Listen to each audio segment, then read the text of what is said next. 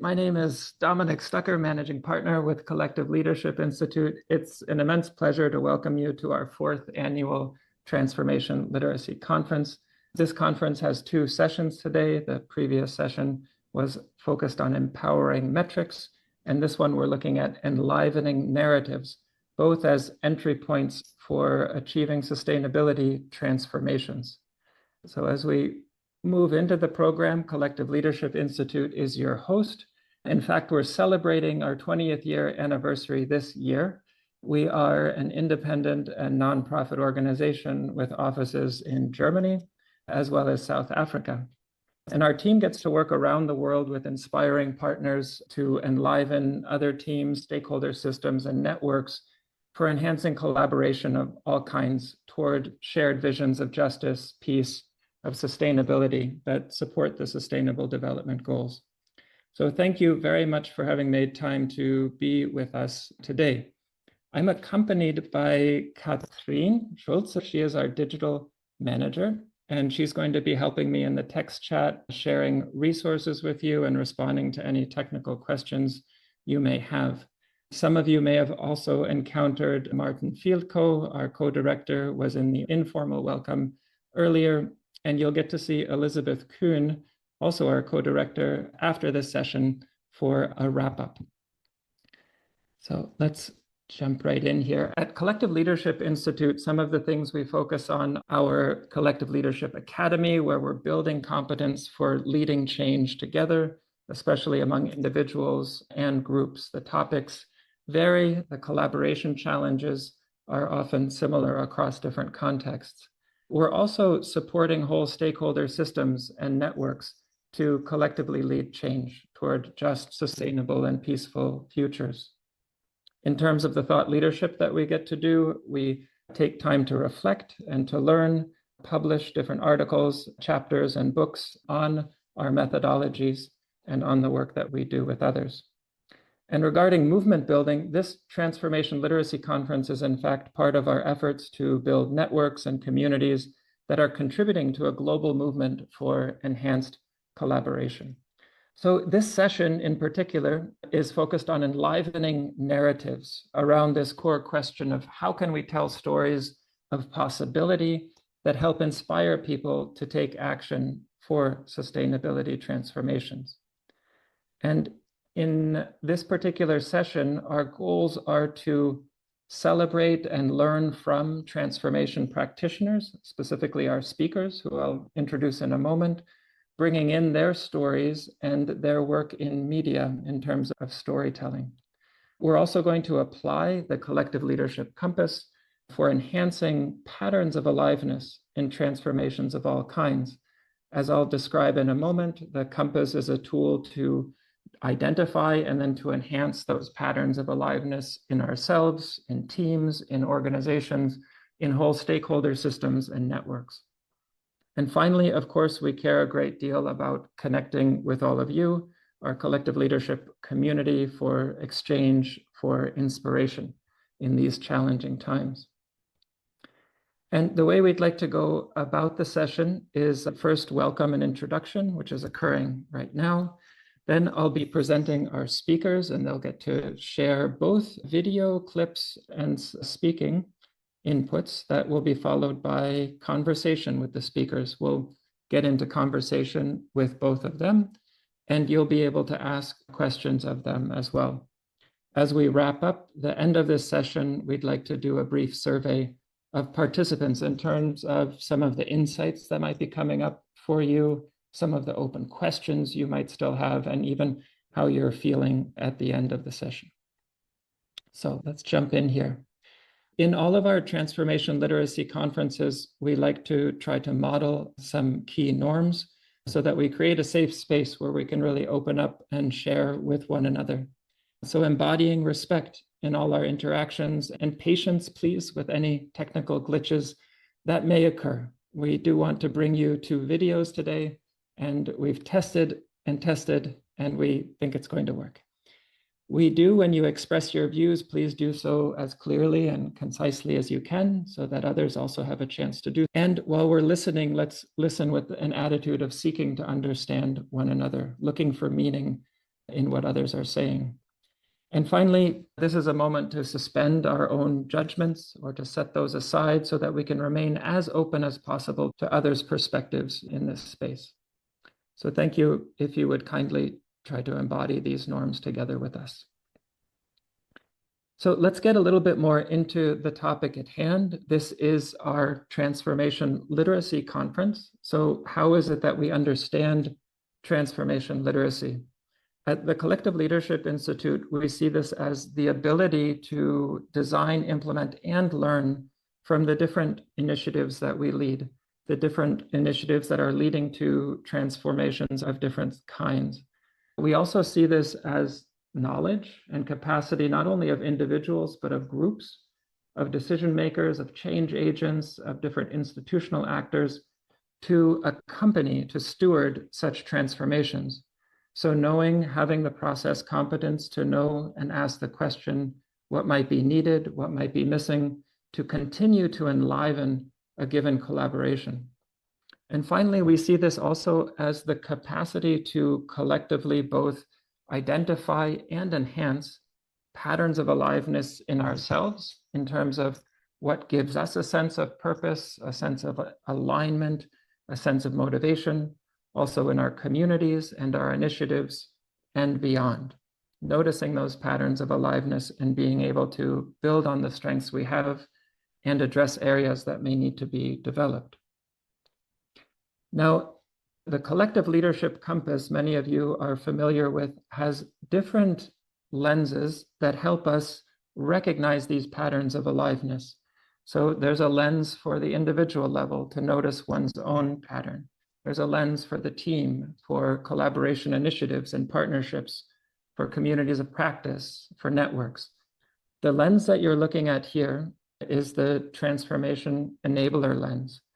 And here you see 6 different dimensions, as in each lens that we have, looking at different aspects or entry points for transformation. The patterns that we're seeking to enliven can be noticed with a lens like this. And then the question becomes, what do we do? What do we do with that pattern? How do we further enhance it? Our Transformation Literacy Conference this year is focused on empowering metrics. That was the session that we just concluded. So what is it that we truly care about and want to measure, both quantitatively and qualitatively? Who is doing the measuring and how is that information shared? And also focusing this session in particular on enlivening narratives. And so these enlivening narratives that we tell one another are really opportunities for mutual inspiration. Under enlivening narratives, we understand things like figuring out who we are, where are we coming from, and where do we want to go together. In telling stories can help us align around shared visions, and we can narrate such visions then into reality. Enlivening narratives can help us achieve greater clarity about what we want to do, what we want to become, what we want to embody in the work we do in our personal lives. And stories can be, I think we'll see this today with our speakers, can be those seed pods, as Joanna Macy says, those seed pods of the future, showing us what is possible today that we might want to expand and take forward into the future. We're going to have 2 different speakers. Catherine, if you could bring Huma and Nicole onto the stage. Nicole Betancourt is joining us from New York City. She's an Emmy Award-winning producer and director who's going to show us, first of all, a 3-minute trailer from her most recent film, The Unfixing. And her input is titled Remapping Personal and Global Narratives. All change starts with a story. And we'll have Huma Beck actually presenting first. She's also going to show us a short film that we'll get to enjoy regarding both Bangladesh and Pakistan. Huma is the founder of Serendip Productions and Bottle Day in Pakistan, and her input is nurturing the seeds within. It's a real special pleasure for me to be here with both Nicole and Huma. We know one another from a fellowship named after Donella Meadows, in which we were all participants. Thank you, both of you, for being here. I know that both challenging circumstances. Nicole has just been traveling and is still awake and still alert with us. Huma has also been traveling, is a little bit under the weather, but we really appreciate that you're making the effort to be with us. So thanks so kindly for that. Before we dive into the presentations, I'd like us to see who's in the room. Let's start with, which country do you call home? If you could kindly just indicate, there we go. Let's see where people are coming in from. We've got a number in Germany and South Africa, in Canada, Zimbabwe, and Kenya, Egypt, yeah, Lebanon, Netherlands, Malawi. Okay, amazing. Nice. Nigeria, Slovakia, Russia, Sudan, Germany. Okay, welcome to one and all. Huma and Nicole, you see we have quite an international group with us. Let's say, in which sector are you active? Now, here you can interpret sector very broadly. Sector can be public sector, private sector, civil society. It might be media. It might be education. It might be healthcare. Let's see where people are coming in from. A couple from civil society and academia, public sector, education, nice, sustainable development, private sector consultant. Nicole and Huma, you can see there the different sectors we have. And what about this one? What is your gender? Let's see, this could be women, men. We might have non-binary participants with us. Others, if you prefer not to say, that's fine. It looks like we have a good balance of men, women in the room. Okay, and now in the survey, I did have age brackets prepared. Maybe we just say approximately, how old are you? Feel free to answer as specifically as you wish. There we go. There's some brackets coming your way. We have 30s to 40s, 50s, 60. Yep. Wow, 504. Okay, we have a big range, early 30s. Okay, great. And I think probably most importantly, thank you for sharing this diversity. That is really heartening to see that we're being joined by people from around the world. Let's add this final question. If we could, what is your interest in this session? Huma and Nicole, this might be relevant for how you present or what you might focus on. What is one reason you came today? So learning from concrete experience. Okay, storytelling as a tool to inspire change, how to narrate an effective story, knowledge and networking, power of narrative to support long-term visions, learning about narrative practice. Nice. They're coming quickly.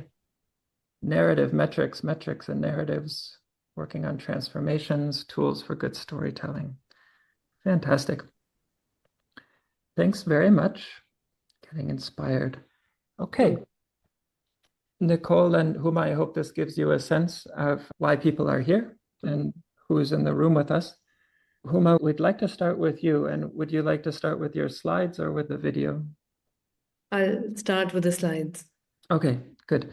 Then thank you for being here. The floor is yours. You can go ahead and share those slides. Okay, thank you very much.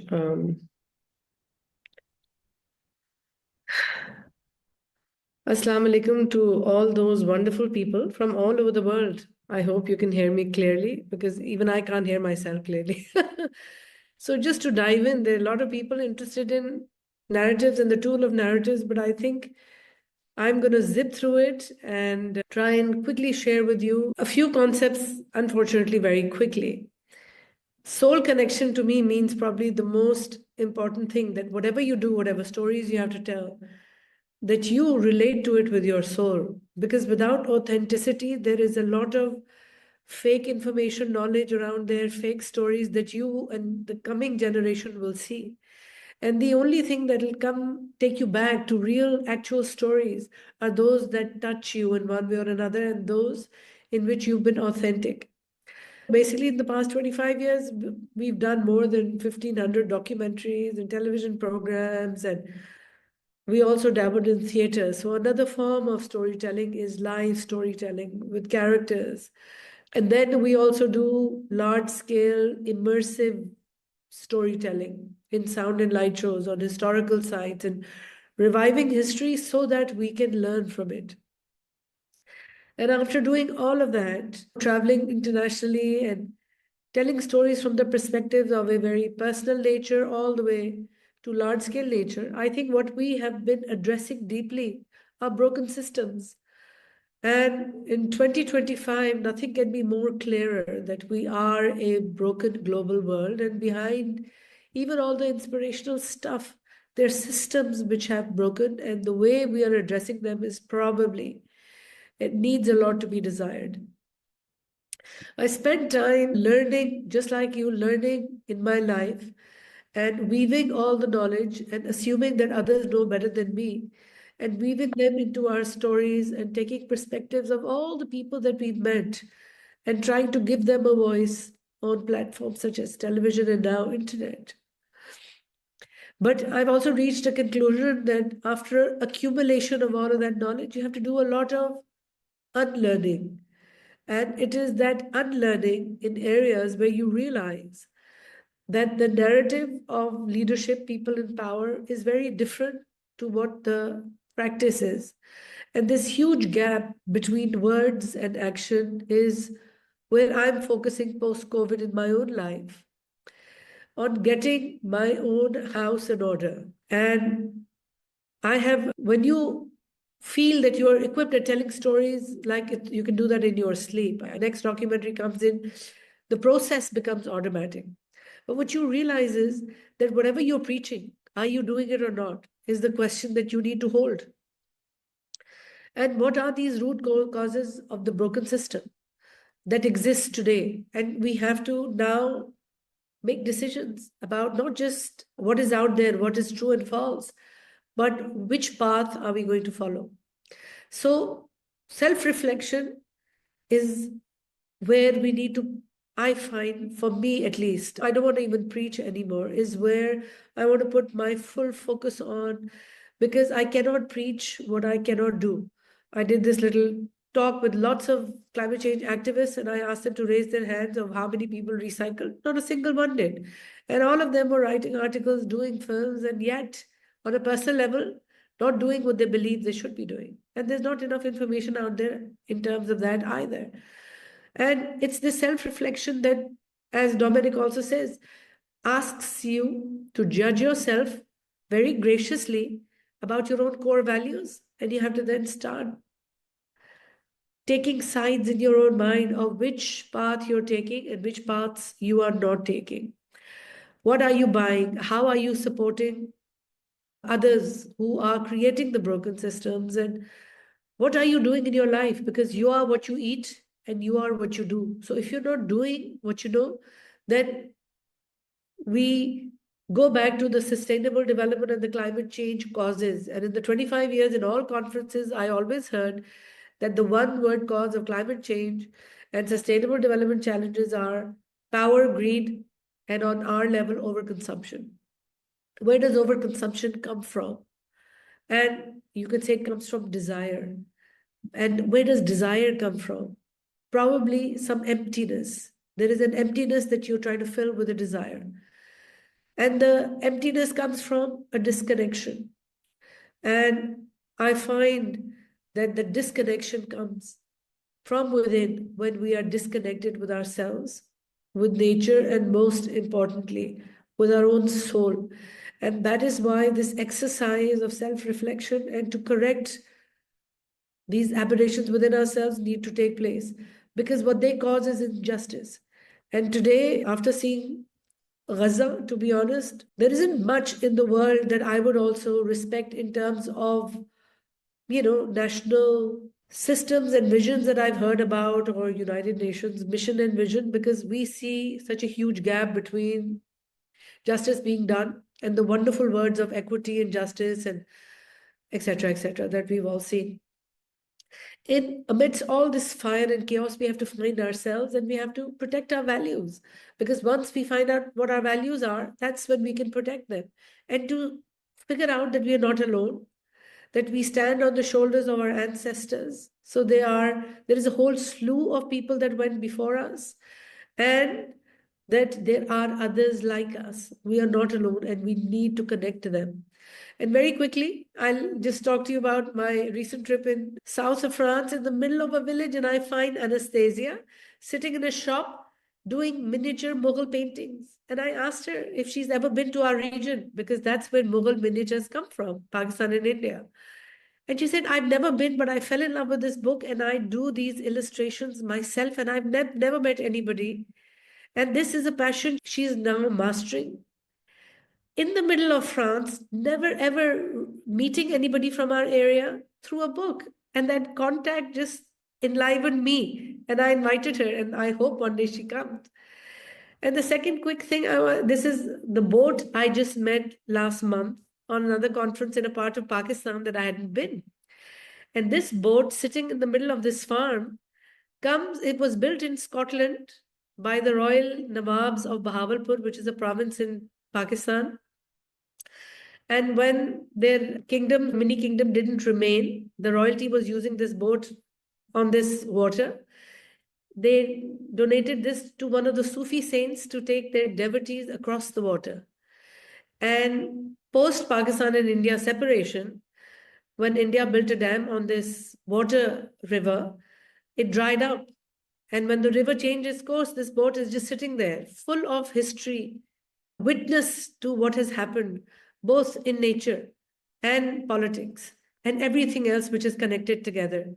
And when nature changes your course, sometimes you have to wait nature to change your course, and sometimes you have to just realize and use your own internal things to get them out.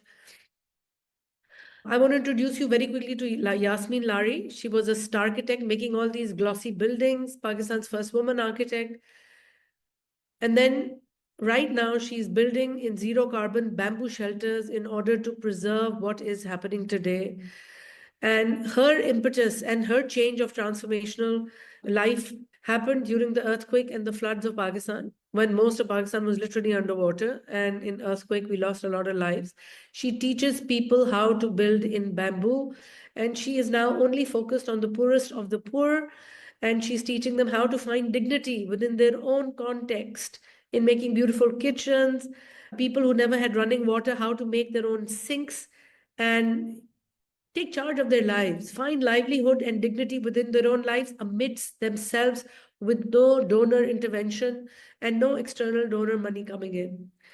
And I'll just show you a little piece of a film of Yasmin Lari, who, by the way, just refused a global $100,000 global award because she felt that it didn't match her beliefs in terms of what was happening in Gaza. And I'll just play Tying the Knots film. And this is just a project between Pakistan and Bangladesh, women student architects learning to build for themselves. Over to you, Katrine. Thank you. I will share the video. Please be aware that the audio might be a bit stronger than our discussion audio, so turn it down if needed. Yep. Whom I think we should mute ourselves. Yep.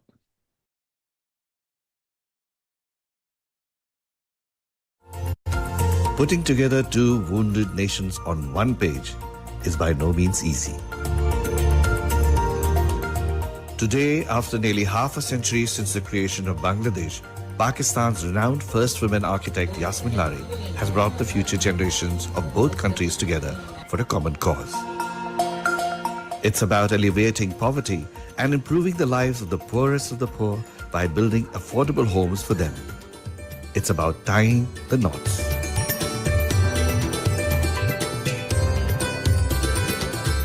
And when I was practicing as an architect, it never even occurred to me that this was something that an architect could even deal with or had anything to do with it. I thought this is not my concern. It was the pathetic living conditions of IDPs in the sweltering heat of Swat and Vardhan that brought out the genius of the Lari architect. And then the only material I could find available easily was bamboo.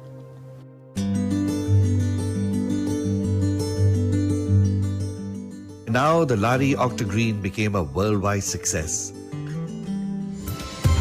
Good morning, Karachi, and good morning, Dhaka. Welcome to the first day of the start of the Gender and Zero Carbon Workshop. Girls of both countries are busy building Lari Octagon. The best part of it is that it is being streamed live. We are seeing history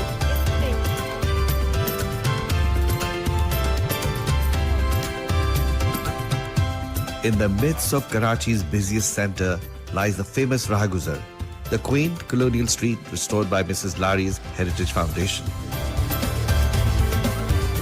Nevertheless, it is at first for the young architects challenging, and it remains to be seen if it will affect their concentration or confidence. This is for women empowerment. We have so much more strength than we think we do. I didn't expect myself to be hammering so much, to nail a lot of panels, to build a foundation, and to actually erect the bamboo hut. I couldn't believe that girls could do it.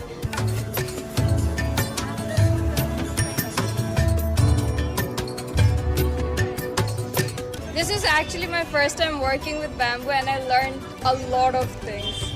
From cutting to shaping to nailing. So hopefully we'll be learning more. I think we can build a bamboo building by ourselves now. Zero carbon. This girl from the informal settlement, or what we call slum, who is a tiny little thing, but so full of energy, embodied good energy. She also motivated others because she's quiet and just works. Our student cut one bamboo, she would cut 3 bamboos, same time. ছোটবেলা থেকেই পুরুষদের ঘর বানাতে দেখেছি, তো এই প্রথমবারের মতো আমরা সব মেয়েরা মিলে ঘর তৈরি করেছি। নিজেকে খুব আত্মবিশ্বাসী মনে হচ্ছে যে না, আমিও পারি ঘর বানাতে। And this is not just about Karachi. This model is for the whole developing world. One woman who's going there, for instance, her name is Champa, and she's riding a rickshaw in that area. Why? Because Yasmin Lari promoted her, funded her, and taught her how to drive a rickshaw. So she's doing that in addition to making these chulas. The zero carbon Sindhi chula, acclaimed internationally as not only a zero carbon marvel, but also a strong symbol of empowerment. And it shows how traditional wisdom has answers to many climate challenges. We have such strong traditions, and we have what I call ancient wisdoms, which have been there for centuries. And there's so many solutions that actually have been practiced by this part of the world, because in the light of, or in the face of really limited resources or non-existent resources, how do you manage things? That women now do not have any boundaries. It's a global village for everyone. The boundaries lies only in our heads. I think everybody has to think of homelessness, of people who can't afford things. You have to look at their climate migrants, their conflict-driven migrants. There's just so much disruption today in the world that unless you can reduce the cost of construction and reduce the cost, the planet has to pay for it, both the actual financial cost and the ecological cost. Unless we look at it, we will not get anywhere.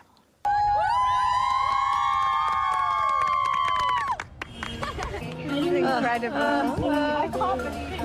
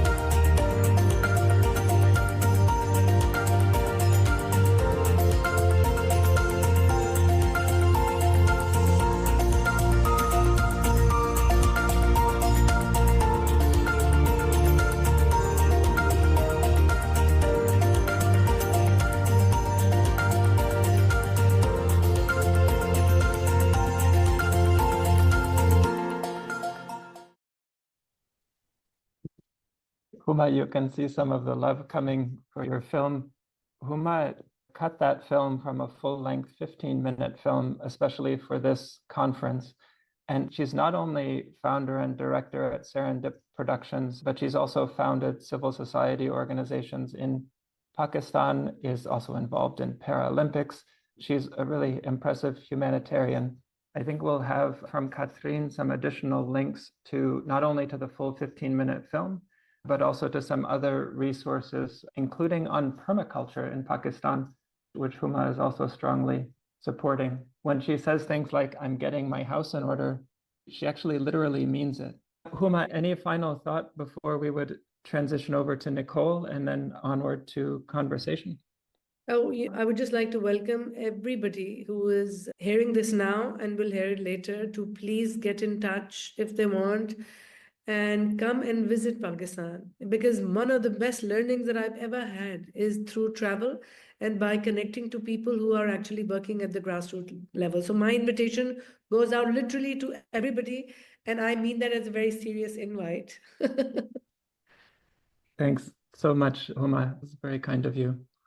Let's go. The idea is to go to Nicole, and then afterwards, also as a reminder, Huma and Nicole, you would have a chance to ask a question of the other person. For participants, please remember to use the Q&A. And when there's an icon at the bottom of your screen, you might need to look under the more icon to find it if it's not immediately there for you. And please be clear with your questions about whether they're for Nicole or for Huma or for both. Excellent. Let's go over to Nicole. Would you like to start with your trailer? Yeah, maybe I'll just introduce it briefly. First of all, Huma, I just love you so much, and I love looking at your work, and I want to talk to you for hours. I've just finished a feature-length documentary film that's going to film festivals now called The Unfixing, and it's a personal story.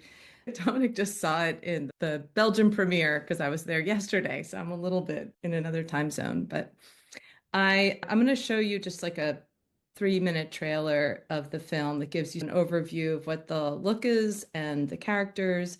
It's a personal story about my family. And then I'm going to talk a little bit afterwards about how storytelling and narrative starts inside me, how it's changing me in my life, and that is a reflection on what's happening in the world. I'm going to first show the trailer. Hold on 1 second, please.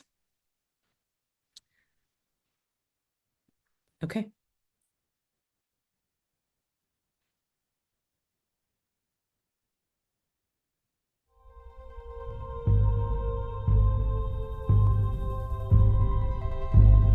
These stories are in the landscape. They're in the cells of my body.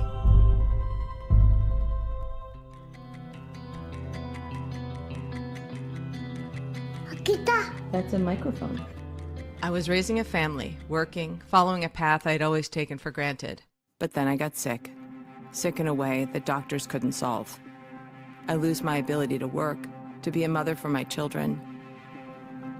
From my bed, I can see the world dying in pieces, like me.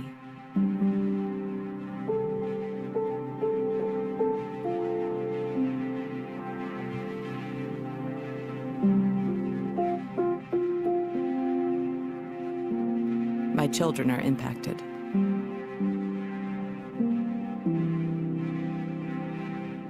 One child is terrified of climate change. I don't think people are like getting it. I hope they do. Yeah. Me too. It's my world. What am I gonna do? And the other becomes as sick as me. All my expectations for everything in life now are very low.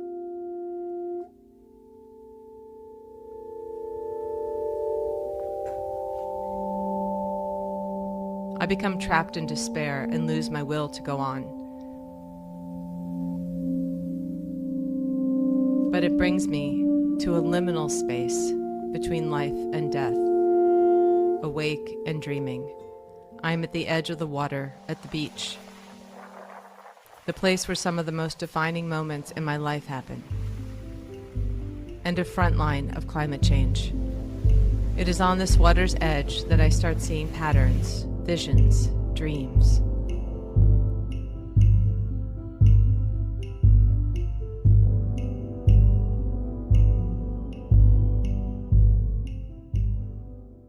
And I'm able to grieve and see how it is not just about fixing what is broken in me or the environment.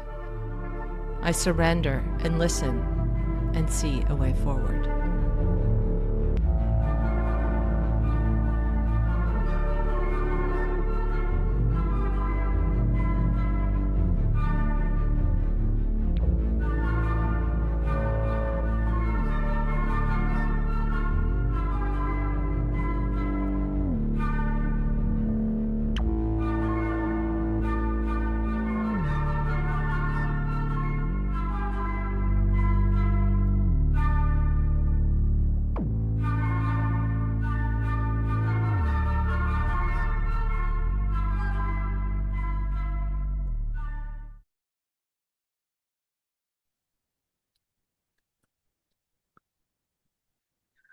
Okay. Thank you for Nicole. looking at that. I'm always grateful when people sit still for a minute and watch anything that I've created. I'm going to share my screen and show you some more images. Oh, look at all the hearts. You guys are so sweet. Okay, hang on a second. So now I have to, hang on a second. Thank you for being patient with me for a minute.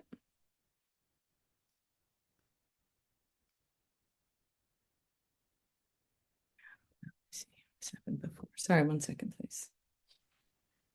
Take your time, Nicole. Thank you. It's just my computer's acting a little bit. I have to strangely. If you like, I can also share the slides. I know it was working a minute ago. The problem that I'm having is that, here we go. Got it. Now it's working. Sorry. Thank you for your patience, everybody. And then I will press play and then I will go back. Don't look. Okay. Does that work? Do you guys see me and the slide? Okay, great. Thank you. So I think one question that a lot of people have, and I'll just answer it so that you don't have to have it hanging over your head, of what was wrong with me and how are we now? Basically, I became sick and doctors didn't know what was wrong with me. And so I started raging against my own body and was super frustrated and blamed myself. And I eventually got diagnosed with MECFS, which is like chronic fatigue syndrome, basically. It's like an inflammation, autoimmune response in the body. So that diagnosis also created its own problems because it's not really curable, right? So now I just want to give you that little bit of background. And so in my dreams, in my sort of half awake, half asleep state, I started seeing myself as a reflection on what was happening in the world around me. I started seeing this breakdown in my body as a sort of mirror of nature, of what was happening in the world, the loss, the sort of a chronically ill planet that we're on is what I was feeling. And that was actually really terrifying, but it became a sort of opening. It became a doorway. And so what I wanted to do is I in preparation for this was an interesting exercise. I started thinking about how did narratives actually change my situation and my health, and what were the narratives that weren't helpful and what were the narratives that were helpful, and what was that shift?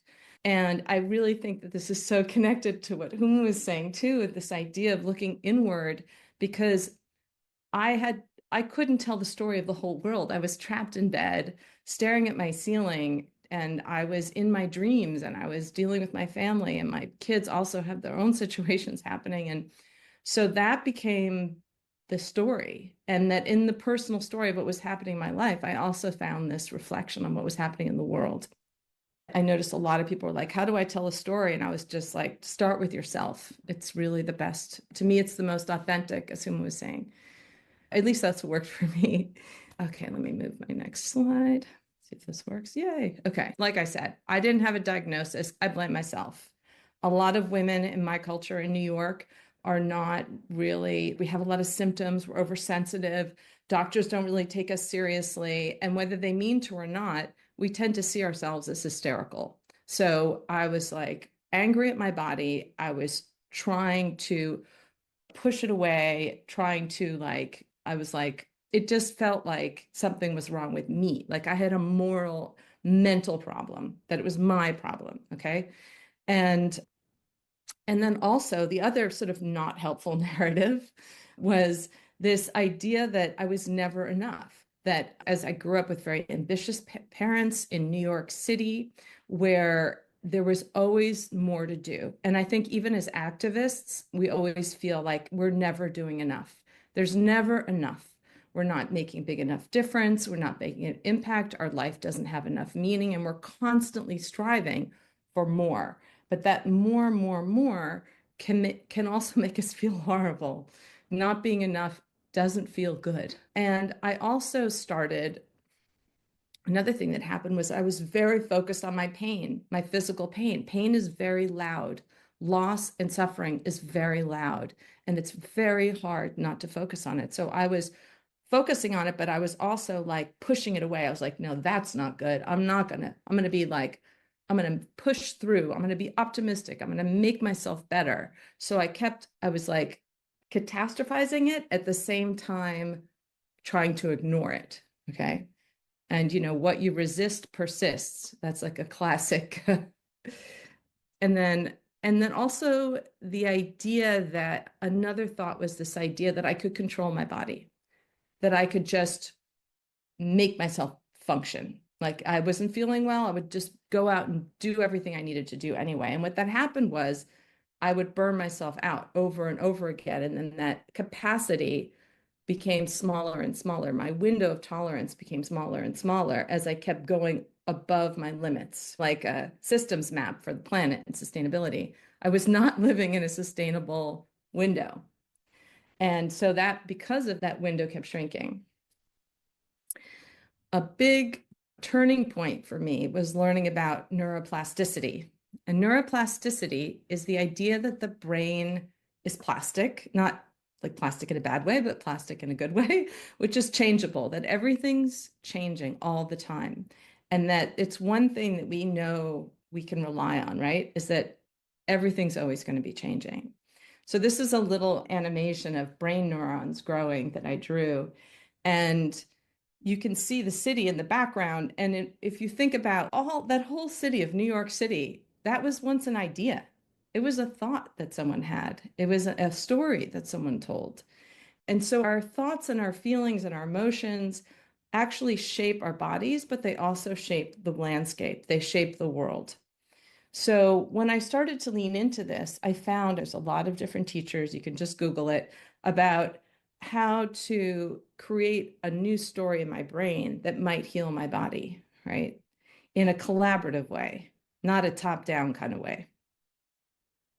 Part of that shift, this is in Central Park in the middle of New York City. So in the middle of all of that, all those buildings, there's this little park or big park, and then there's this pond, and there's an egret. I think it's an egret. Maybe someone can correct me. And I like to think of it as a her. So forgive me if I'm wrong. Standing on the rock, just waiting for the fish to come to it. So my efforting, my constant doing, my top-down control, make things happen, idea that had basically continued to make me sicker. Like I got an infection, something was wrong, and then my body responded in a certain way, and I got worse and worse. So now I'm trying to rethink it. And the radical shift I could describe as allowing, surrendering, listening, and receiving. And those are all qualities that I thought were weak at one point in my life. And now I see them as incredibly brave, incredibly courageous, and also they're very feminine qualities, right? They're things that we associate with the feminine. And I had fallen into the dogma of my dominant culture, which was to control, to fix, and that's why the film is called The Unfixing, right? It's what's not just unfixing, but moving from that fixed position. So finding fluidity. Then this is a pine cone. I pick up tree seeds wherever I go. I just love seeds that create trees. It just amazes me. Look how many trees are just in that tiny little pine cone. So another thought in here is that emotions are generative, right? Every feeling that we have can generate story, can generate life. And that there's a distinction between an emotion like grief or sadness for what I was losing in my body and my life to illness, for example, or that we're losing in biodiversity on our planet. or because of human rights and oppression violations, that how do I have place for those feelings without feeling like they're negative and I have to push them away, and also not making them worse with a whole nother story about, wow, this is really bad. Here I go. I've got a little pain in my shoulders. My whole body going to feel bad. And then I can't do this webinar thing. So those stories every day, every hour, I'm constantly like, okay, let's feel the shoulder. And so this is when things start to shift, right? With neuroplasticity, how to use the narrative to help heal ourselves. And part of that is expressing the loss that we have and finding a place for that grief, as well as not getting caught in a doom loop. I like to think of it as an end of the world loop in your brain. This is a quote I love also. So this is, again, what's the new story for the not enough? And that is that we are enough. You're enough right now. You're doing enough. You are enough. And so this is a beautiful quote. Now I can't see it because I see images over it. Hang on a second. I've got to move my so I can read my own quote. It's so funny. Anyway, so enumerating the gifts you've received creates a sense of abundance, the knowing that you already have what you need. Recognizing enoughness is a radical act in an economy that is always urging us to consume more. So what if we take that idea of being enough or doing enough and have that same generosity with even our activism or the change we're trying to make, so that we see that the small is reflected in the large, that even when you look at fractals like the veins in your body and the trees or the river systems or family trees, that these shapes and patterns are reflected at different scales. And so the small does make a big impact on the world in ways you may never know. You're never going to get to see the end of that story, right? Because none of us are able to see the end of our stories. Really, the impact that we have ripples out into the world in ways that we don't know. Another huge shift for me that helped heal me is seeing my body as part of the earth, is seeing that I am not a separate thing from the planet, that I am held by her, held by Mother Earth, that I am rooted here in history, in time, in the future, in nature, and that there's incredible beauty. And it's amazing to be such an insignificant, beautiful, huge part of something so massive and incredibly wondrous. So that shift in perspective is was a source for regenerative healing for me, because nature does regenerate. And then I'll just leave you with this last thought, which is that there was this quote, I think, from this book in Sacred Instructions, which I think you have a link to that you're going to share with everybody. But Sherry Mitchell talks about what we pay attention to. So if we look at 10% of our attention going to the past and our history, 10% as thinking about now, like how are we going to respond to this moment, and 80% dreaming the world into being, 80% thinking about what's the world we want to create. Because when we imagine it first, then we can start carving that road, carving that path. So it's an invitation to tell stories about what we love, what we want to manifest in the world. So that was my parting thought. Okay, now I have to stop sharing my screen. Nicole, thanks very much for this trailer and for your heartfelt input. Both of you are artists. Both of you are storytellers. I'm noticing a lot of synergies, and you're already cross-referencing one another. What immediately came to mind was Huma, from yours, one of the young women saying, these boundaries only exist in our heads. And then Nicole coming in and talking about thoughts and emotions shape our bodies and the world.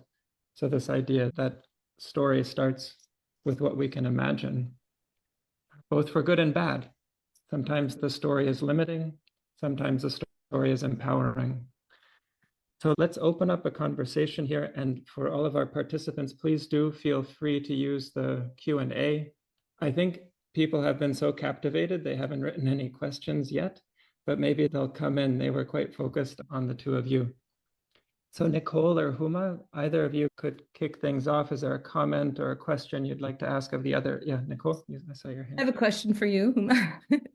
When this idea of having faith in a future that we don't see, having faith in, and I use the word faith not in a religious sense, but more in the sense of, and I'm not using the word hope, I'm using like belief in something that you don't see manifest now, that you see that it could happen and believing it will happen because of your internal shifts, not necessarily because of luck or outside circumstances.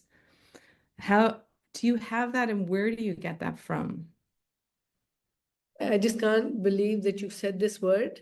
Throughout what you were presenting right now, the one word that kept coming to my mind was Nicole is talking about faith. Nicole is talking about faith. I swear this is unbelievable, because I define it in this world where we view religion in a very derogatory way, unfortunately. Faith is exactly what you have described in my heart. That's what I was saying, that what the journey that you are describing is a journey of faith. And how I see faith, because I do believe in the Creator, and our Creator, because I'm a Muslim, and Muslims say that this Creator is not for the Muslims only, not at all. It's for every single human living entity and non-living entity on this universe. And our Creator says a few things. And in my mind, I was saying, Nicole said that, I have to put this quote from what the Creator says. And in many people's minds today, Creator could be that big power, nature, anything. But it is what you said, letting go, to recognize your power as human being. But there is a time to let go, because in my faith, the Creator tells me that you are only responsible for your action, but you're not responsible for what happens in terms of the result of that. If you do good, forget about if you're solving the issue of one person. You don't have to solve the problem of the whole earth. And it says if you've killed one person, it's as if you've killed humanity. But if you have saved one person, it's as if you've saved humanity. And I take that as you do what is enough for you, and you leave the result to the Creator who created that, because it will be taken care of. So it takes off all the burden that we force on ourselves, either in our New York context or in the context of, oh, I want to change the whole world. We don't. And the fractal is, again, such a beautiful symbol you put, which is a memory that God keeps bringing back. The tree, or I sometimes call the lung, or I have another in my permaculture life. The gut health equals your soil health. The minute it's full of, there are two biomes, they're full of good bacteria, and there's a fight between good and bad bacteria. And the only way to grow food is to balance the soil. And the only way to be healthy is to balance your gut bacteria. And they're identical. And I know we don't sometimes like to call the soul a soul, but I want to say, when you die, your body is left. What is that thing that we call it's me or Nicole or Dominic? That thing I call the soul. And we don't talk enough of the soul. And it's only during ill health that we recognize that there is this something else. But let's give it that name and let's nourish it more. And soul nourishment, unfortunately, only happens with faith. So faith, or whatever power or nature or mother nature, but you have to find a mother. It could be God or a mother, but you have to find somebody who's more powerful than you. And that's when you let go and put faith in yourself. I have to be very careful when I speak about things that I don't use the G word, because it can be very triggering for people. And I don't really belong to any religious background, but I just wanted to reflect a little bit on what you were saying, because in my film, this woman, Adrienne Marie Brown, who's a systems thinker and writer and activist, and an Octavia Butler scholar. Octavia Butler was this Black science fiction writer from the United States in the 70s.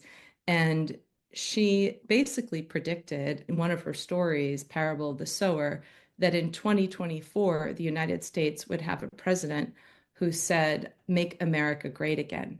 Like she predicted, and also the fires and all these things that she predicted. So, and disease, and it's weirdly accurate in her books. But one of the things that she says in this book, this young Black girl who's finding a way through and is just an incredible heroine in the story, she says, "Everything you touch, you change. Everything you change changes you. The only lasting truth is change. God is change. So if we can think of the word in any way that we want to, but the idea is that there are these underlying patterns in life, and that these patterns are in everything, and that we co-create them together with life. And that co-creation gives you some power or influence, I guess I should say, that your choices matter, but at the same time, you're held by this larger system that is moving towards life. And I love your metaphor of soil, because soil is where things break down. We think of it as bad, like death is bad, or that there's this breakdown or releasing, there's this regenerative quality to how things could have untether and then come relink again. It's beautiful. Thank you for that. I appreciate how both of you are coming to belief in the possible from different perspectives, but it still seems that there's a lot of common ground there, that sort of belief that change in oneself is possible, and by extension in one's community, in one's relationships. I do want to notice some of the questions we're getting from our participants, and maybe keeping it at the personal level initially.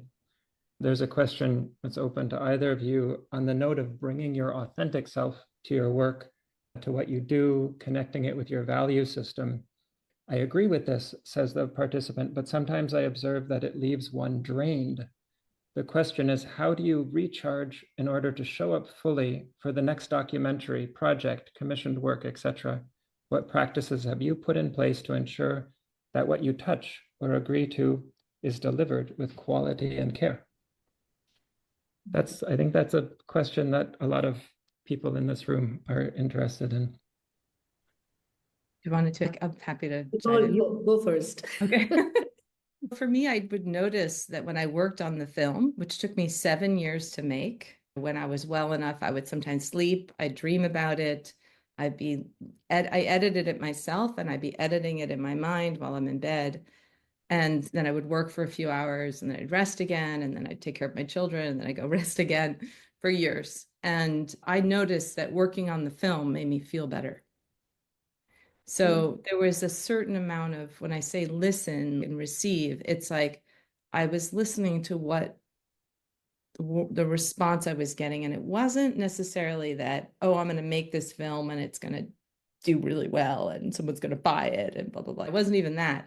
It was just, oh, this is what is coming through me right now. And I have to be true to that, because when I'm true to that, I feel better. So I'm going to listen to that. It's a subtle thing, but it provides a certain resource. And then the other thing I had to always remember when I got impatient, because I'm a New Yorker after all, is that you have to make a choice, right? Like I'm sure you've heard of this guy, you guys. So it's quality, price, and time. So you can be fast and cheap, but then it won't be good quality, or you could be cheap and good quality, but it will take a really long time. So that's what I did. I did it with very little resources, very few resources over a long period of time, so that I could maintain the quality of the work. So it's just a matter of making choices, I think. I'll also just pick up the same actually idea about when you are doing a documentary and when you change documentaries because one ends and another one has to start. I just realized that it's the listening part, because our documentaries are not that I script it and then our documentaries are you jump in and you observe. You are the silent observer, and then you collect and you take back, and then you take out not what you are saying, but what you heard them say. What actors do, they live a character, and documentary filmmakers are actually living the characters in the edit suite of every single person that they filmed. People I've never met, when I meet them and I tell them, I know you, because I slow them down, I listen to their audio and I'm paying attention to what they're saying. Half the time I feel even they don't know what I know, because I've been listening to them so often. So you're going in and out of lives and you are feeling them. I feel them intensely when I'm in their shoes. And in edit, you regurgitate the voice of the other through you. You become the vessel. And in some ways, because a lot of unfortunately, Pakistan has seen a lot of disasters. So through internal wars or earthquakes and floods, extreme devastation. I won't say that I've seen war of that the way we are seeing today, but that devastation of why are we doing this to the people? You have to come home when you're just sapped out. And that's when in my mind, my creator, I just tell him to take the load off. I pack it all in this big bag on my head and I whoosh it up. And I just say, that's your load to take.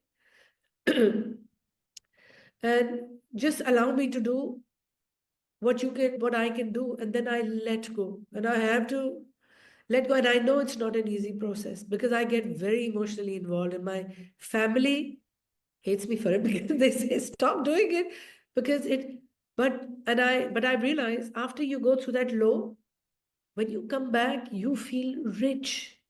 You feel rich and honored because you held somebody's stories, somebody's pain, and just being able to be in a place where you can hold somebody else's pain just makes you feel honored and so humble that you forget the pain part. And that's why you want to do more.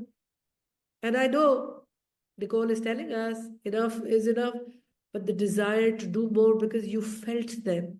And that's why the desire for justice. And for me, I can't finish any talk because in the earth, I just feel that if you give me that one word that is still not given enough attention, is just provide justice in the moment as quickly as possible, and we will all be better for it in the long run. And I'm sure, Huma, in your films also, that the people that are in your movies find it an incredibly positive experience.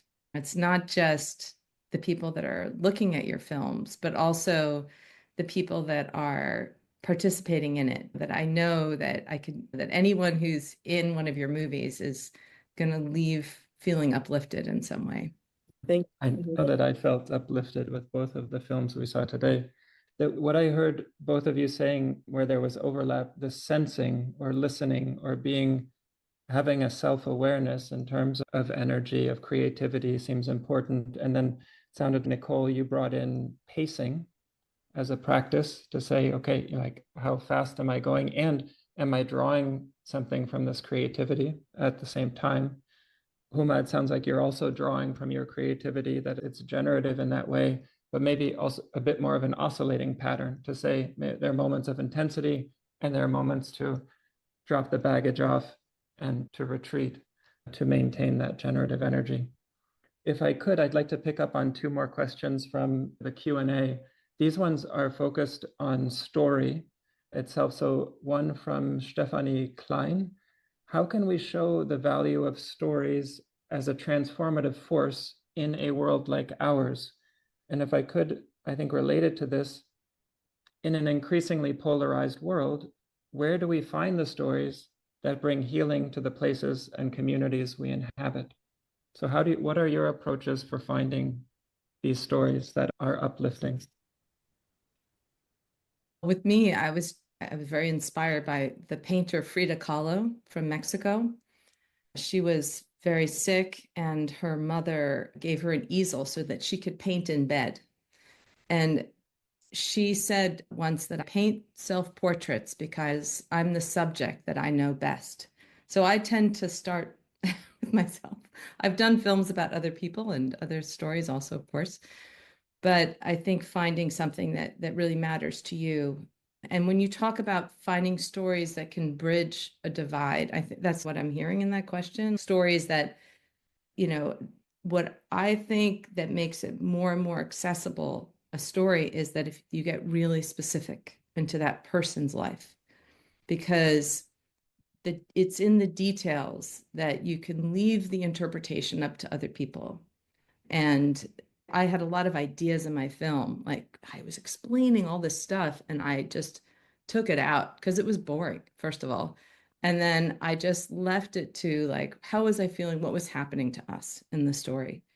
And because of that, I'm still learning from my own film. I watched the movie with people like I just did in Brussels, and I'm like, oh, wow, I'm learning new things because I'm still living it. It's a little weird because I am the subject and the maker, but there's stories have been told around the campfire as long as we've had campfires.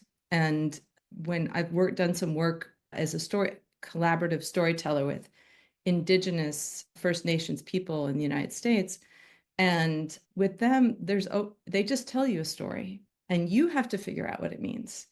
You're left to the interpretation. And those are the best teachings. And I feel that it's a way, when you tell a personal story, people can or one person's life, you can't argue with it. It's their life, right? That's just what happened to them. So it takes away that sort of dogma, I think. So I relate to exactly what you said on a personal level, but I do wonder about the very hot topics which are dealing with, again, global justice, more political in nature, and which pull you to draw sides. And each story always is a three-dimensional element. It has all kinds of sides. And I've also seen that there is no such thing as balance of sides, because a room could be full of great people and one person comes and murders somebody. So that we don't need to give him the same opportunity to tell the story of what happened as we would a room of innocent people. So we have to be careful about,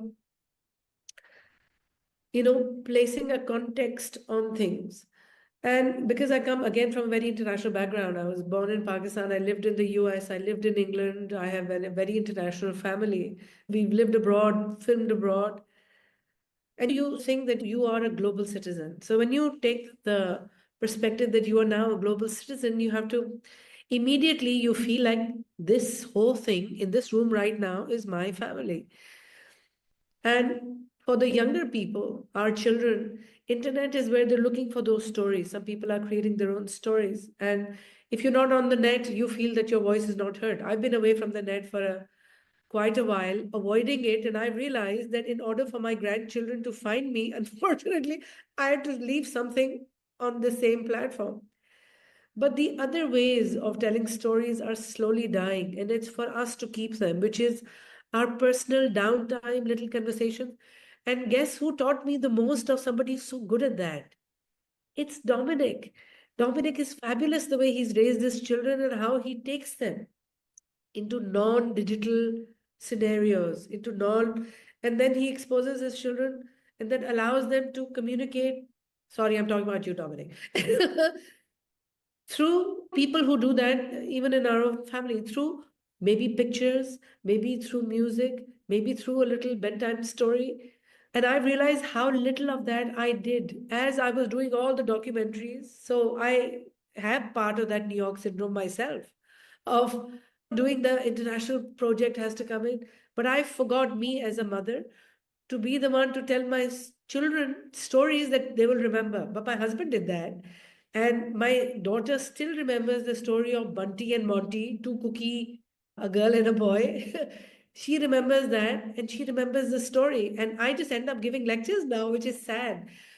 But you turn around and you realize that stories come from experiences. Don't talk, just expose somebody. So go out with a friend, don't sit in a place and experience something together, and the story forms, that moment forms. And of course, we're all trying to gather good and beautiful moments to put us in this positive state of mind. But even in the harshness of the devastation that I've seen, I've realized that as everything was flooded and we are standing on this bridge with 100,000 people, most of them with no shoes, and everything just being together, was community on that bridge with the hens, the chickens, the cows, and 100,000 people. And you were stuck in the middle of a flood. And you just felt, and all of us were feeling a weird sort of a joy that we're experiencing this, but we're together. And somehow that togetherness, and one BBC correspondent calls me and I'm giving him this little update on the bridge. But I realized that despite the devastation, the thing that we were connected together and we were experiencing it together just made it so much better.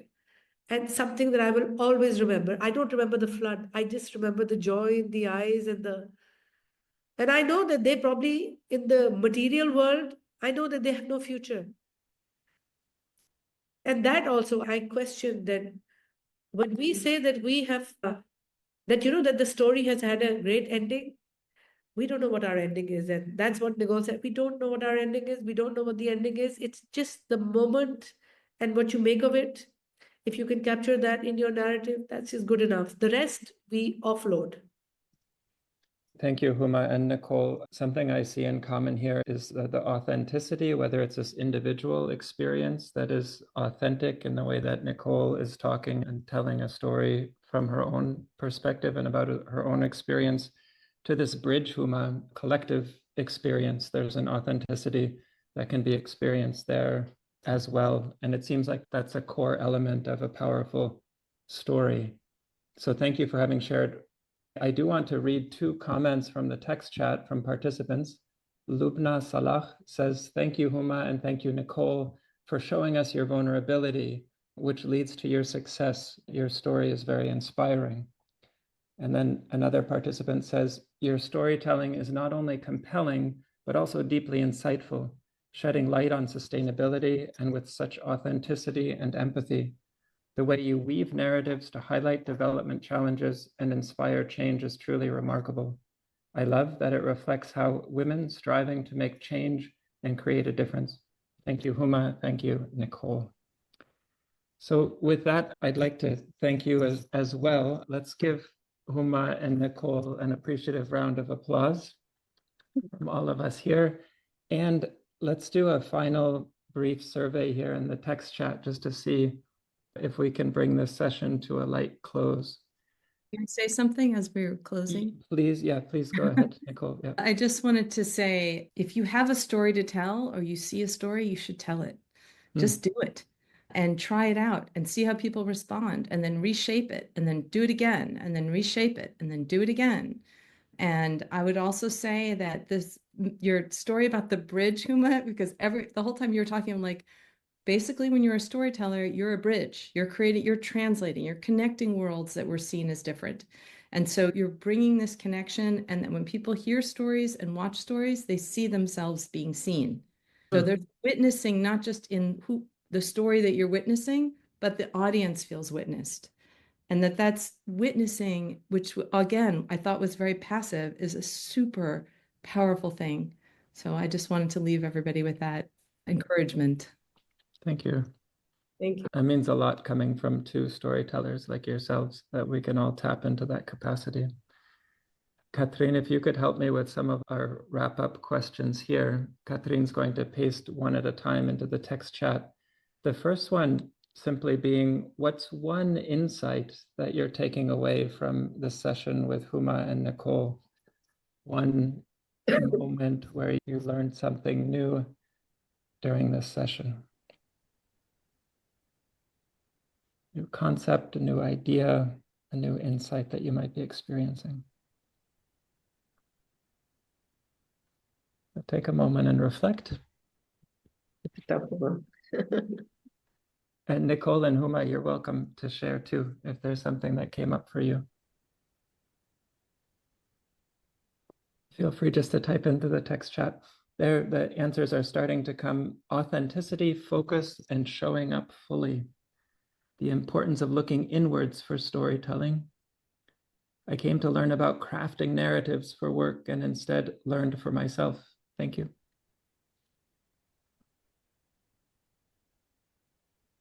I'm sure there are a few more responses coming. Any insights that you're having?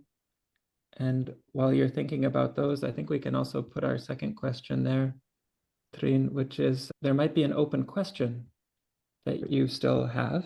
What is one open question you may still have at the end of this session? Let's see, we have some further responses. Also in terms of insights, I did not know what to expect or how this session would reground me today. I did not expect how this session would reground me today. Thank you. Trying to keep up. Your pain can reflect the pain of the world. Share with others how you manage with it, and you will be connected. I think we're still in the insights. It helps me to be honest and a positive attitude with narratives. I learned that it's a personal story, a real story that can change people's behavior. Also, for the first question and insight, paying attention to root causes, perhaps using them as intervention points. And I agree with all of the above, but I love the insights from Huma about that we are not alone. Yes. Thank you. And there's some open questions there, at least one. How can narratives really be changed? For example, changing the narrative of the current economy. These are big systems questions. I think, yeah, Nicole and Huma talked to both destructive and empowering narratives, enlivening narratives. Thank you. Feel free to share other questions. And then, Catherine, let's put our last question in there about one word. What is one word that describes how you're feeling at the end of this session? Maybe you've been with us for both sessions today on metrics and on enlivening narratives. Maybe you've been here just for this one. How are you feeling? What's one word that might describe that feeling?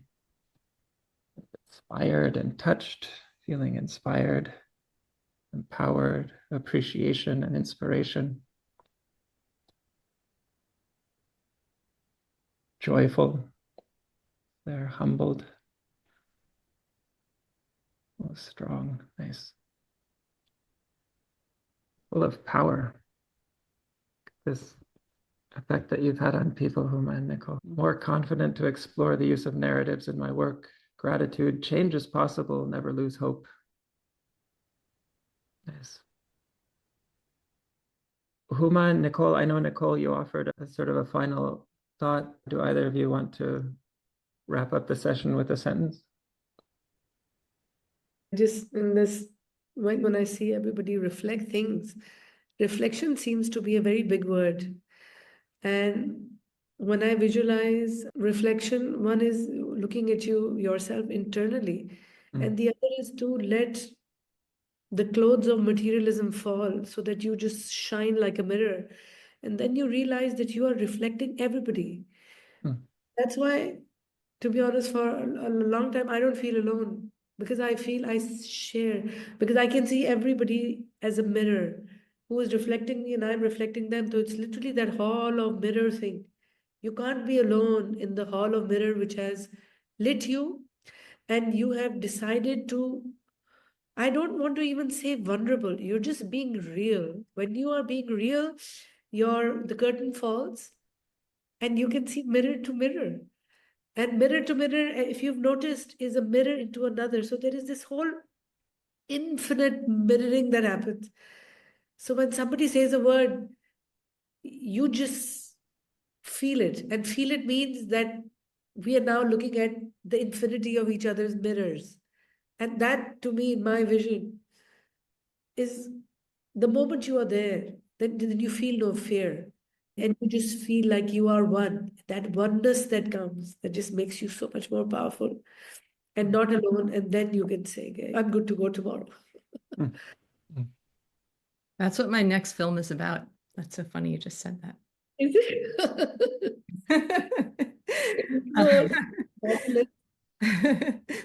I think that we have a lot of change maker type people in this call. And when you look at one of the things I learned in the sustainability leadership Danella Meadows fellowship, was where I met both of you, was this idea of the iceberg, right? Like, it's very loud. We get the top of the water, the iceberg on top of the water. That's what we're always focusing on, like the results of our actions. But below that, of course, are the systems that create those results. And below that is how we see the world, because how we see the world changes the systems automatically. And so if you feel in your body that you're part of the earth, that your body is that ocean that you're dumping plastic to, because it is, that forest is you, is your body, would we be behaving the same way?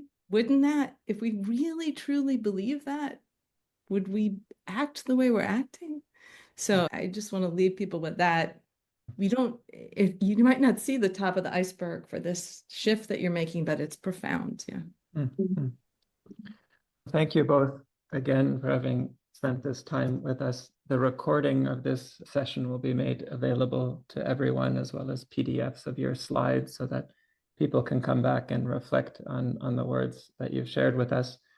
I'm pleased to also share that my colleague Elizabeth Kuhn is going to join us here on stage to offer a bit of a wrap up, not only from this session, but also from the metric session that we had this morning. So thanks again, Nicole and Huma, and welcome, Elizabeth, for a bit of a reflection and wrap up. Thanks for doing this so spontaneously. Thank you, Dominic, and thank you also from my side, Huma and Nicole, for your wonderful inputs and for the stories that you told in this session, very particular, and the particular efforts also you made to come and join us today and share that story with us. So thank you from my side. I have now the wonderful task of trying to wrap up a really rich conversation and exchange, not only, as Dominic said, in this session, but also from the session earlier this day on metrics. And for that, I will briefly share my screen, because for this bringing together of the two sessions, I would like to, if you give me a bit of patience with it, I would like to bring it back a bit to the guiding elements and the guiding parts, also from the compass lens of the transformation enablers that always inform our conversations here in this transformation literacy conference, and that we also, of course, use this year. And in particular, we focused here now on narratives and on metrics, enlivening narratives and empowering metrics. And since we jumped this a little bit in the beginning, because of course we wanted to give a majority of space to our speakers, let me just say a few words also on what we really try to summarize under these elements. First of all, I think a key part that goes in both of these dimensions, in both of these elements of transformation, they're very much grounded in partnership principles and in collaborations. They look how we interact with the world. That might be in projects, that might be in our families, that might be in entire countries and societies. Whatever it is, it looks at our interactions with other people towards true transformations for a regenerative future. And so if we look at what we call this enlivening narratives, it's really this word of life that is behind it, that I think mirrors a lot, in particular Huma and Nicole, what you mentioned. It's going towards not a destructive, but a constructive and life-affirming interactions and ways of being with each other as people, but also in our interactions in the world. So we're very much looking on enlivening perspectives to balance narratives of threat with narratives of possibility, which I think was a very big part in both your stories, Huma and Nicole, but also the elements of social equity, of empowerment. Huma, you mentioned a lot of the element of justice that is so urgently needed in the narratives that we have to tell and that we have to put out there so that we make further advances towards it. And to also be aware of our responsibility that we have in this moment right now for the future that we create. So Nicole, what you mentioned, it really is the 80% of attention that we need in creating the future that we need, that is available to us and within the space where we can contribute. So this is very much how we understand enlivening narratives as this transformation enabler. And it has as a pendant, so as a counterpart, really, this element of metrics, empowering metrics. And we call it empowering metrics specifically because there is a lot of power in what we measure, how we measure, and what we then do with the data. Something that I think we explored also quite a bit in the earlier session. I will get to that in a moment. But first of all, what we understand also as empowering metrics is elements of transparency. So to really make everything around metrics very much transparent and accessible to people. So how they're developed, how the data is collected, by whom it's shared, who interprets it, and to ensure that they can serve a role both in alerting us to danger, but also in showing us where the opportunities and where the possibilities. With regard to feedback systems, or what we mean with balancing feedback systems, is very much to make sure that we have both objective and subjective criteria, and that the diversity of what we measure, how we measure, really gives us as large an image as we possibly can, and that also mirrors the, let's say, the richness of the value system that we have of things that we really want to make progress in and make advancements in. So this is regarding balancing feedback and also responsive criteria, that we really feel within metrics there is a value system, and also, let's say, indicators on a very technical level that truly reflect what speaks to us. So here's a little bit element of also authenticity, as Huma mentioned, that is not only a part of narrative, but that also connects narratives and metrics.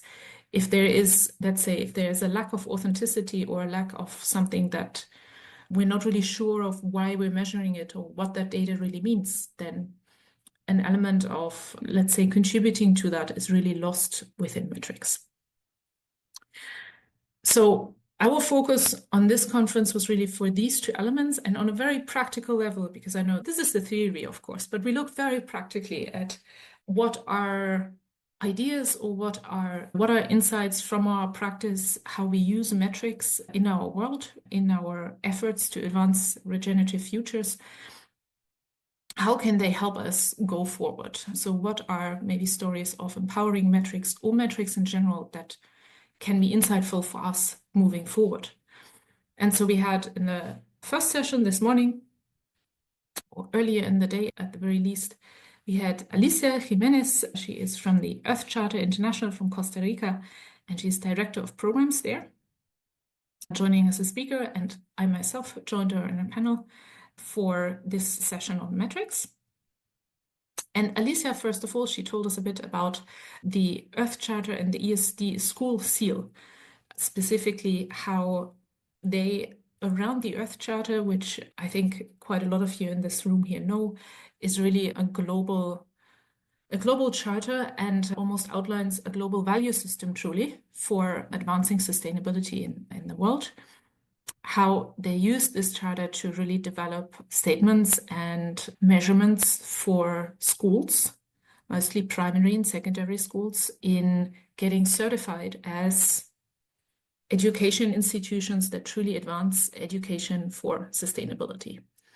And the guiding questions for Alicia and her team at the Earth Charter International was truly to say how can we measure what impact does education for sustainability really make for change and for transformations in behavior on the collective level, and in really advancing the change of mindsets and cultural institutions towards a more regenerative future.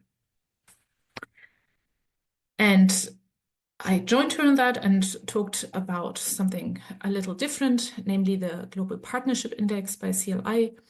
And I just shared a bit how we developed this idea around these very transformation enablers that I just shown you, and say, let's see what data is already out there in the world. How can we find indices? Can we find measurements and metrics that really show us globally, so all our different countries in the world, how we are advancing towards patterns that are partnership-oriented, patterns that are oriented towards regenerative futures, and that show us really on a global scale. We wanted to take a very large view on it, that show us on a global scale where are we going as a planet and the different societies? Are we more oriented towards dominance models in societies, or where are really striking and significant partnership elements and enlivening patterns of interaction on a national level that we can learn from? And so very different approaches and very different examples on metrics, and hopefully also empowering metrics, that Alicia and myself then brought to the panel. And I just noted some highlights from the conversation we had with all of you, some of you who are also here, with all the attendees here at the session earlier this day.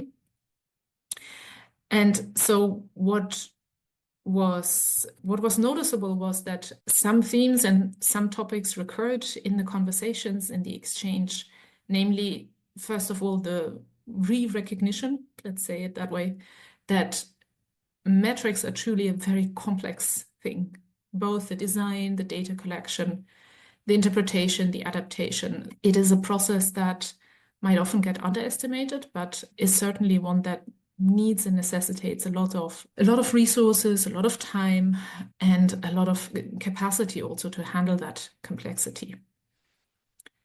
Interestingly, what came out from the conversation about both these examples is how important it is, as an insight really, how important it is to focus your attention on this cycle of I'm developing a metric or a measurement, so the Earth School Charter Standard or the Global Partnership Index, and then I collect data or I measure it or I certify schools, and from every, let's say, cycle of data collection, interpretation, in Alice's case, and certification of a school, there is a learning process in there. There's an enormous capital of richness in insights that is there, that needs to be put back in the cycle of adapting the metrics, adapting the standards, adapting the indicators.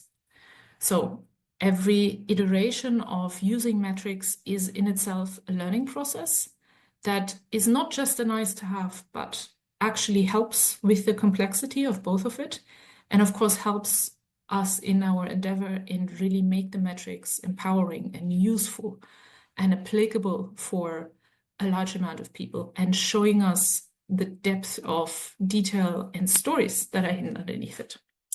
That is probably also one of the elements that we highlighted in particular towards the end of the session, that it came out from both our sides and even a bit from all of us in the room, essentially, that it's really an element of metrics to contribute to narrative, that they can show silent or hidden stories that we don't usually see.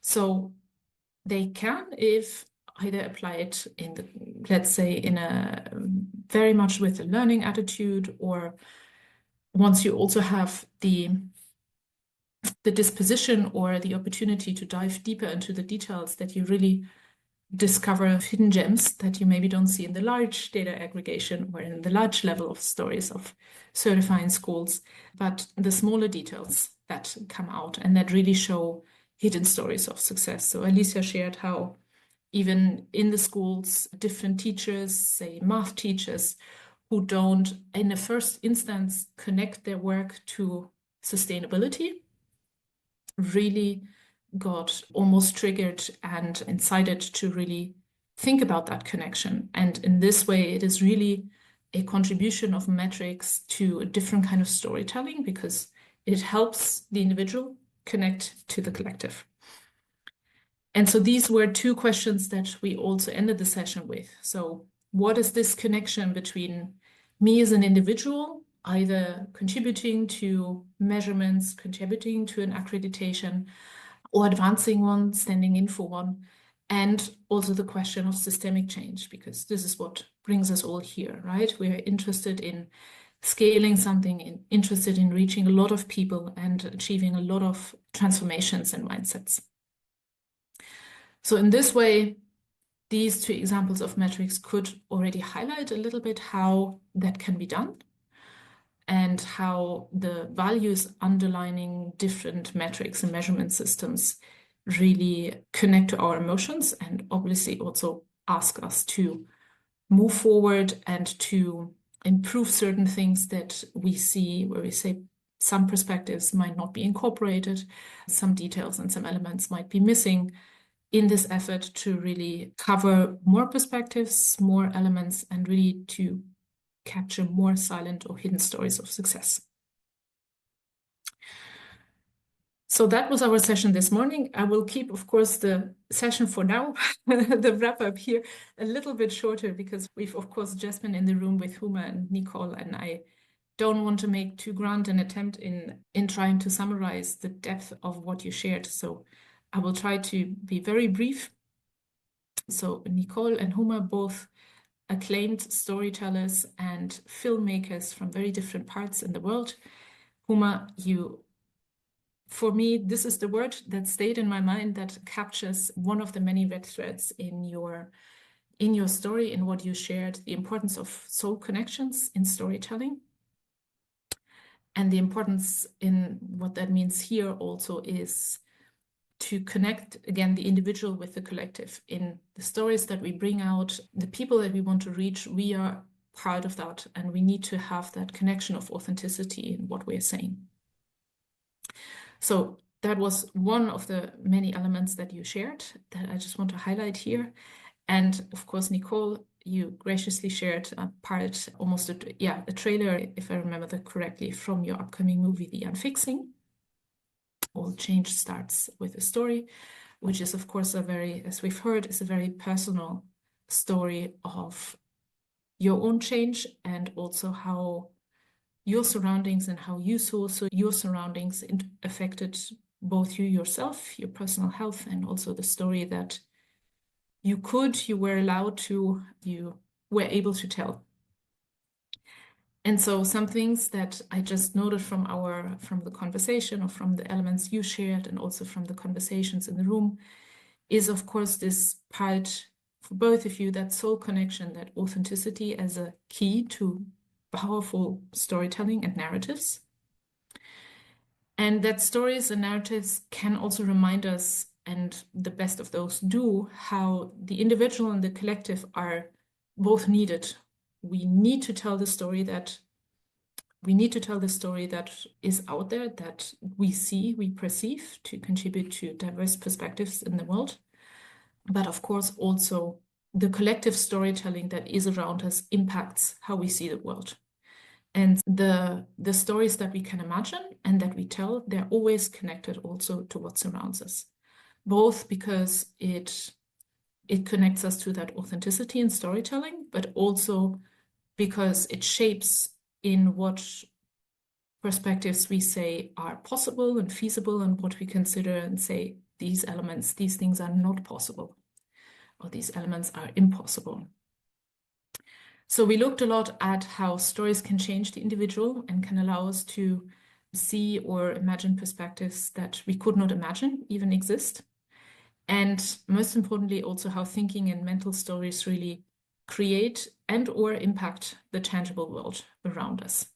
So we are not disconnected from the world around us that we want to change with narratives. And that interaction between both is a very powerful interconnection that I think you both highlighted extremely well and extremely detailed. With that, what I kind of want to highlight as a last thing is this interconnection, why we now have this empowerment metrics and enlivening narratives as a, let's say, a double theme of today. You might have noticed it already that I highlighted some things that are connected, because there is a lot of connection between both empowering metrics and enlivening narratives.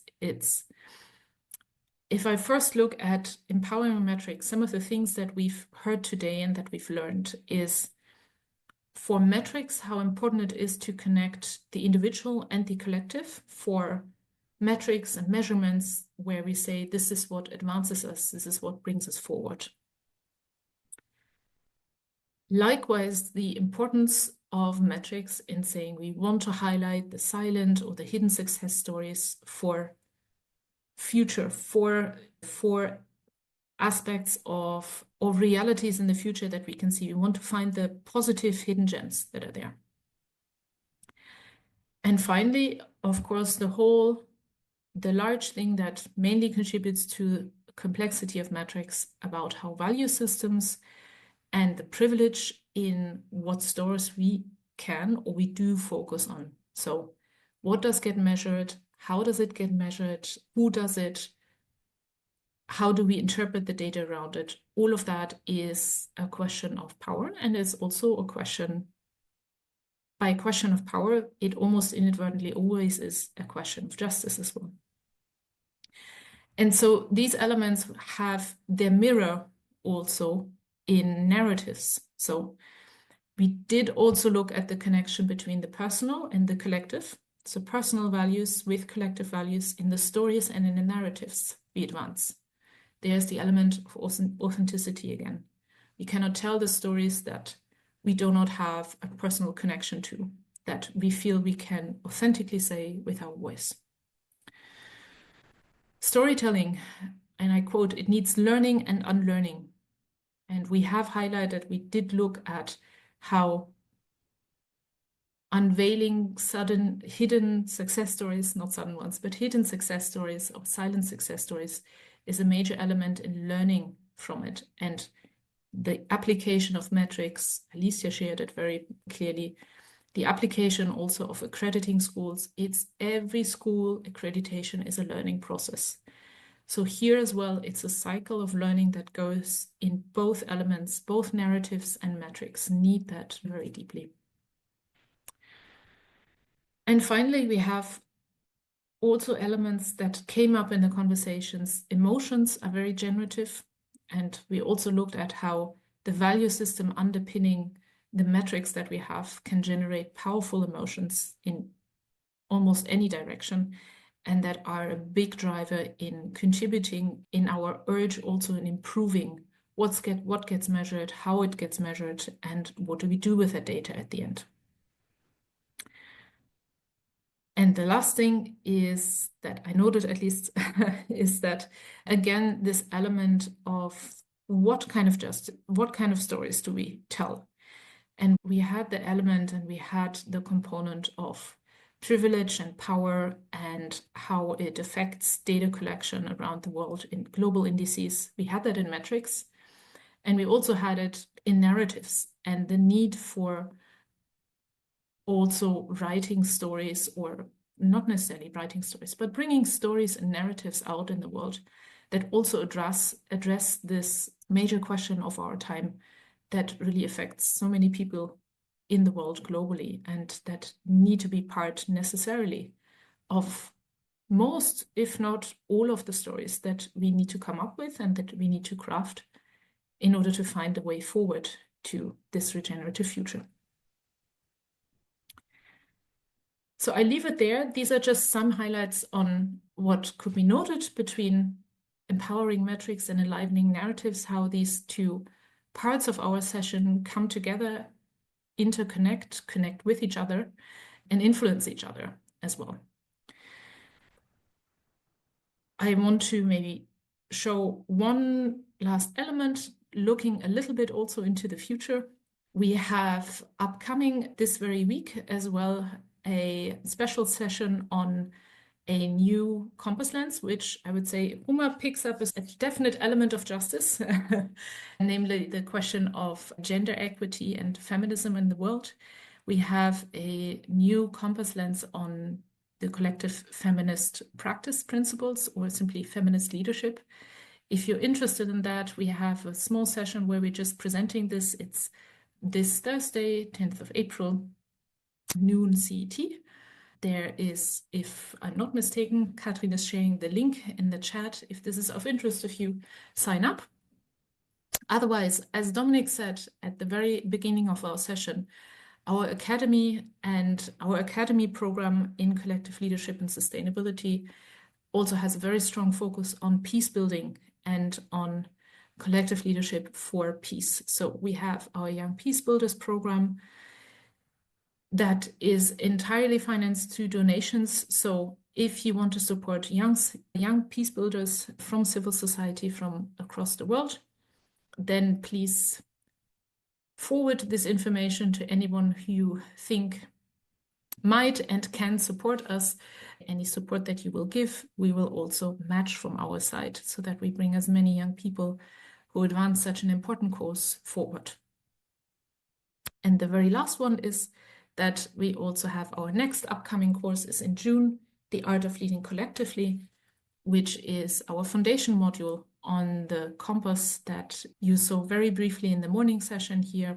So regarding collective leadership and how to use this for advancing partnership, for advancing collaboration, for regenerative futures all over the world. So if this is of interest of you or someone who might be interested in this, please feel free to have a look and to share this link. So with that, I'll briefly stop the sharing, and Dominic, shall I give it back to you?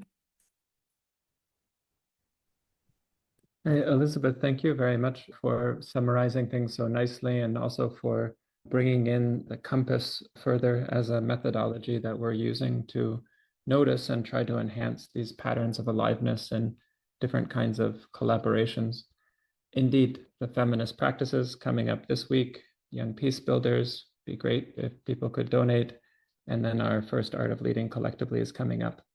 Thanks again to Huma and Nicole who stayed with us. We'll close this session. If you're not immediately back in your browser where you see the lobby, you might need to go back to the email that you received from us with the registration link. And we'll see you there for some informal chat conversation. Thanks again. This was our 4th Transformation Literacy Conference. Out.